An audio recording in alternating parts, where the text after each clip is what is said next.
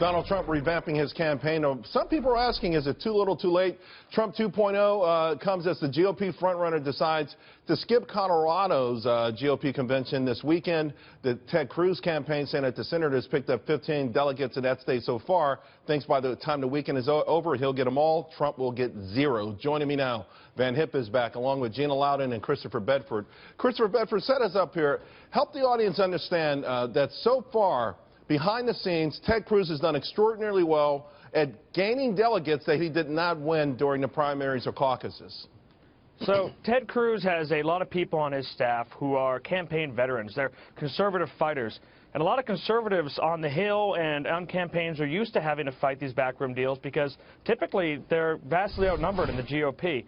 Cruz has really capitalized this, whereas Trump, for example, as a little bit of an outsider and as someone who's higher, his whole campaign has really just been driven by his personality, by who he is, by recognition. He hasn't devoted any resources until very recently to trying to win these backroom deals and these Colorado, like, for example, the Colorado caucuses, things which get very complicated, and Cruz is really starting to gain on him in that. Yeah, Gina, I read where, like, the slate of potential delegates that Donald Trump won in Colorado, some hadn't even paid fees, like basic fees. You've gone through this process. You know it's grueling. You know it takes a lot of time and money and energy. And now it looks like perhaps Donald Trump is going to be committed to that. Yeah, well, I mean, he absolutely has to get a grip on his ground game. But this is the interesting thing about Donald Trump. He's never played, as you know, Charles, by the consultant's rules. And he doesn't try to make a door out of a wall. He knows that a lot of these states, and Colorado's a great example, where the establishment is going to control the delegates that come out of it. First of all, it's not that many delegates. Let's just get that out of the way. But it's not that Colorado doesn't matter. It does matter. And I'm sure he would like to have those delegates. But the reality is, Charles, that Donald Trump is never going to get the blessing of the establishment in the party. He knows that, so why would he be batting his head against a wall trying to do that? He's looking elsewhere. Well, but here's the thing, though, Van. He's got to get these delegates, okay? And you know, you may be able to rewrite the rules of popularity and $2 billion in free TV and you know, and having this fresh face and all of these things, but the backroom deals are still the backroom deals. And initially he talked about filing lawsuits and things like that. Now he's doing the things that it takes. He's bringing on experienced management, and he's going to unleash them.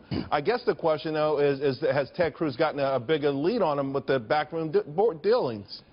We're going to find out, and I think he's got to win New York big to get that momentum back. I think bringing on Paul Manafort, who counted delegates for Gerald Ford in '76 and Reagan in '80, Lee Atwater's business partner, having him as your convention manager was a good move. Should have been done a long time ago. And we saw last weekend in North Dakota the brilliance of some of Manafort's people. They were headed to disaster.